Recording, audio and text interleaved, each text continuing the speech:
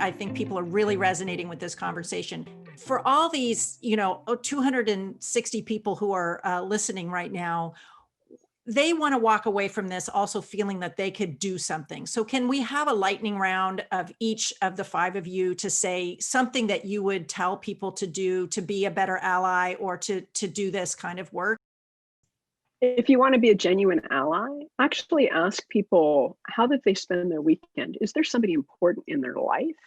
And actually get to know that person for that person. Don't just go through the motions and treat them like a work instrument or kind of come across as you don't care. Genuinely ask them and genuinely acknowledge, that's not my world. This may be a bias of mine. How do I get to kind of understand you better? And that can be a two-way conversation. Great. Dennis. Yeah, no, I agree with Jane. And so what I would say, talking my own book, go learn about the Black Opportunity Fund. Go to www.blackopportunityfund.ca, read about our mission, read about our mandate, attend some of the town halls, click the donate button, read the material we put out, and get involved.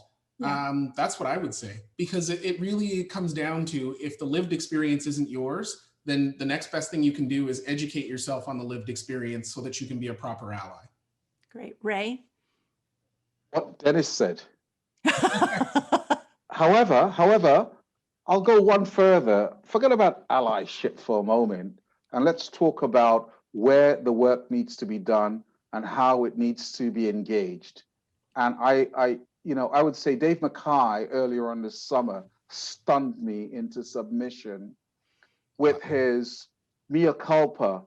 Myself and my senior executives did not appreciate the inequities associated by Black employees. And then he said, boom, we're going to set up this fund. Boom, we're going to set KPIs so that there is a cascade from senior management down through the ranks so that it can find seed. There is a saying. The saying is that whatever interests my boss fascinates the hell out of me. Okay? That's from the market. That's about bonuses. That's about all of those good things. Let's get that seeded. Great. Karen?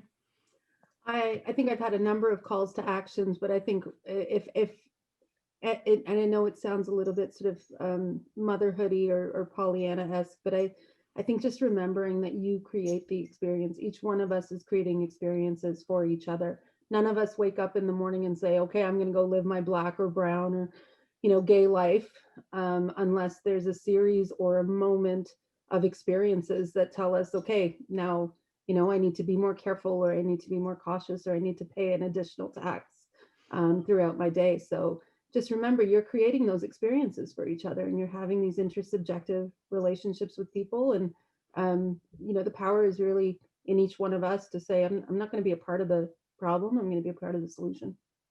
That's great. Well, Camilla, I'll give you the penultimate word because I will close, but I wondered, given this whole conversation and building off of your report, where you come out in terms of, we've had some interesting sort of, you create these interpersonal and you need to create these structural changes. I would love to hear where you come out in terms of the call to action. I think that all of you hit it really right on the head. I mean, certainly recognizing that inequalities exist within, my organization as a leader is critically important. I think, the second one is really building your equity literacy. It's critically important that all of our equity literacy takes a huge jump forward in terms of where it sits today. And that's not about unconscious bias training. That's about the basics of what racism is, what race is, what gender is, where those inequalities exist. And, from there, I think it's really, we need to shift this from focusing on the individuals. And, luckily we've left some of the language around advancement of women and other things, but I really think now is the time we have to focus as corporations.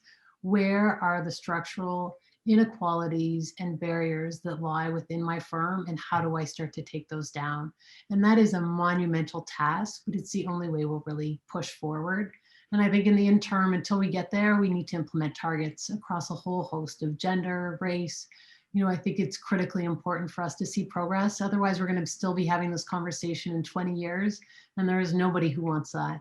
And so, those are really the key pieces. If you haven't read The Equity Equation, I think there's a lot of it in there.